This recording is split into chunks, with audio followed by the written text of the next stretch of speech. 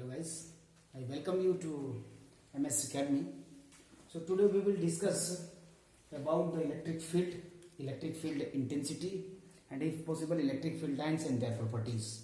Let's begin the topic with the electric field. As in the introductory video, I have told you that electric field is basically if your charge is spherical, the electric field will be the space around this charge. Spherical, if the charge is sphere, the field will be spherical. So इसके चारों तरफ वो space जिसमें यदि कोई दूसरा charge आता है आइदर पॉजिटिव और नेगेटिव, तो उसे अट्रैक्शन या रिपल्सन यदि उसे फील होता है, यानी फोर्स ऑफ अट्रैक्शन और repulsion is experienced by any force, तो उस स्पेस को ही हम इलेक्ट्रिक फील्ड कहते हैं एक्चुअली. तो इलेक्ट्रिक फील्ड वर्ड होता है जो मैं आपको बता चुका हूं प्रीवियस वीडियोस में. दूसरा जो टर्म आता है वो इलेक्ट्रिक फील्ड इंटेंसिटी आता है. Electric field intensity, actually electric field intensity एक वेक्टर क्वांटिटी है जिसे हम एक्चुअली ई से डिनोट करते हैं. तो इलेक्ट्रिक फील्ड इंटेंसिटी है क्या, ये जानने की जरूरत है. तो electric field intensity is the strength of electric field at any point. Suppose ये आपका पॉजिटिव चार्ज है, तो इसका इसका इस फील्ड है, तो इस फील्ड में किसी भी पॉइंट पे कितना स्ट्रेंथ है फील्ड की, कितना मजबूत है field. Actually what is the strength of electric field at any point is given by another physical quantity, that is electric field intensity. उसे इलेक्ट्रिक फील्ड इंटेंसिटी कहते हैं, ई से डिनोट करते हैं. क्या कूलम्स लॉ के according F is equal to K Q1 Q2 upon R square. Okay, this is the vector form of force, Coulomb's force. What is the intensity, electric field intensity? Electric field intensity ये कहता है कि यदि कोई test charge, ठीक है, यदि कोई टेस्ट चार्ज इसके फील्ड में ले आते हैं, किसी भी फील्ड में ले आते हैं, इसके फील्ड में या इसके फील्ड में, whatever field, so let it be Q naught, ठीक है. तो Q नॉट कितना फोर्स एक्सपीरियंस करेगा, actually the force experience by the test charge, ठीक है, that is given by the E, that is electric field intensity. So E is given by F upon Q naught, if Q naught is the test coming into the field. So here, from here what you get, actually you find that E is equal to F upon Q naught, that is E equal to K Q upon I square into R cap. This is the vector form of electric field intensity. यदि आप इसे expand करें तो E is equal to 1/4 pi epsilon naught Q upon R square R cap. R cap actually मैं denote कर रहा हूं ताकि जो है उसका डायरेक्शन पता हो सके. ये यूनिट वेक्टर है R कैप, R के डायरेक्शन में. तो इलेक्ट्रिक फील्ड इंटेंसिटी का डायरेक्शन क्या होगा, चूंकि ये एक वेक्टर क्वांटिटी है तो it will definitely have a direction. तो जो आपका कूलम्स फोर्स का डायरेक्शन होता है वो वही डायरेक्शन आपका इलेक्ट्रिक फील्ड इंटेंसिटी का होता है. That is the point to be remembered. So आप इस बात को याद करेंगे. बहुत लोग कंफ्यूज रहते हैं फील्ड और इंटेंसिटी में क्या अंतर है. तो फील्ड बेसिकली क्या है, एक अपना स्पेस है, दैट इज फील्ड. और उस स्पेस में किसी पॉइंट पे तीव्रता क्या है, उसे हम विद्युत क्षेत्र तीव्रता कहते हैं. तो तीव्रता दैट इज इंटेंसिटी, कितना तगड़ा, कितना स्ट्रॉन्ग है फोर्स वहां पे, कूलम्ब फोर्स कितना स्ट्रॉन्ग किसी चार्ज पे लग रहा है, that is denoted by the E, that is electric field intensity. अब मैं आपको बताना चाहूंगा electric field lines. Actually electric field lines क्या है. तो electric field lines are basically the path जो कि किसी भी, अगर हमारा पॉजिटिव चार्ज है तो इलेक्ट्रिक फील्ड लाइंस क्या कहता है, तो इलेक्ट्रिक फील्ड लाइंस ये होती है, ये हमारी इमेजिनरी लाइंस होती हैं जो किसी भी चार्ज से निकलती है या उस पर टर्मिनेट होती है. यदि हमारा पॉजिटिव चार्ज है तो उससे इलेक्ट्रिक फील्ड लाइंस निकलती है.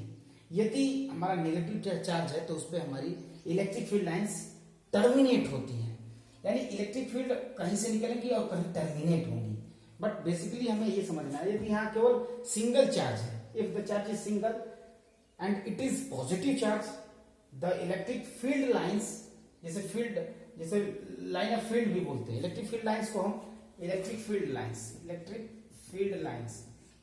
लाइंस को लाइन ऑफ फील्ड भी बोलते हैं। तो इलेक्ट्रिक फील्ड, ये बेसिकली ये लाइन ऑफ फील्ड है, इलेक्ट्रिक फील्ड लाइंस है।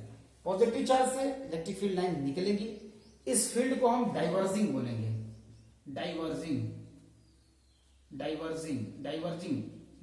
है फील्ड, और ये आपका कन्वर्जिंग फील्ड है। यदि फील्ड फैल रहा है, the field is growing and moving, area is increasing by and by, तो उसे हम कहेंगे डाइवर्जिंग फील्ड है। If area is reducing by and by, तो हम कहेंगे उसको कन्वर्जिंग। इलेक्ट्रिक फील्ड लाइंस देखिए आके टर्मिनेट हो रही है, तो इसे हम बोलेंगे कन्वर्जिंग फील्ड है ये, जबकि ये डाइवर्जिंग फील्ड है, डाइवर्ट हो रही है, एक दूसरे से दूर हो रही है। कन्वर्जिंग मतलब एक दूसरे के नजदीक आ रही है, ठीक है। ये हुई इलेक्ट्रिक फील्ड लाइंस, ये इमेजिनरी लाइन है जो कि किसी भी टेस्ट चार्ज से जनरेट या टर्मिनेट होती है। बेसिकली ये इलेक्ट्रिक फील्ड स्ट्रेंथ को डिनोट करती हैं, जितना ही इलेक्ट्रिक फील्ड लाइंस रहेंगी उतनी ही स्ट्रेंथ होगी। आइए हम देखते हैं कि इलेक्ट्रिक फील्ड लाइंस की प्रॉपर्टीज क्या क्या है। So properties of electric field lines, पहली प्रॉपर्टी ये है इलेक्ट्रिक फील्ड लाइंस की कि electric field lines for positive charge always generate from positive charge and electric field lines always terminate at negative charge. दूसरा ये है कि electric field lines do not make any close loop. यदि positive charge यहां रहा, negative charge यहां रहा, तो यहां से निकल के यहां टर्मिनेट हो जाएंगी, यहां से निकल के यहां टर्मिनेट हो जाएंगी, लेकिन यहीं से निकल के यहां टर्मिनेट नहीं होंगी। मतलब ये किसी क्लोज लूप का फॉर्मेशन नहीं करेंगी, ठीक है।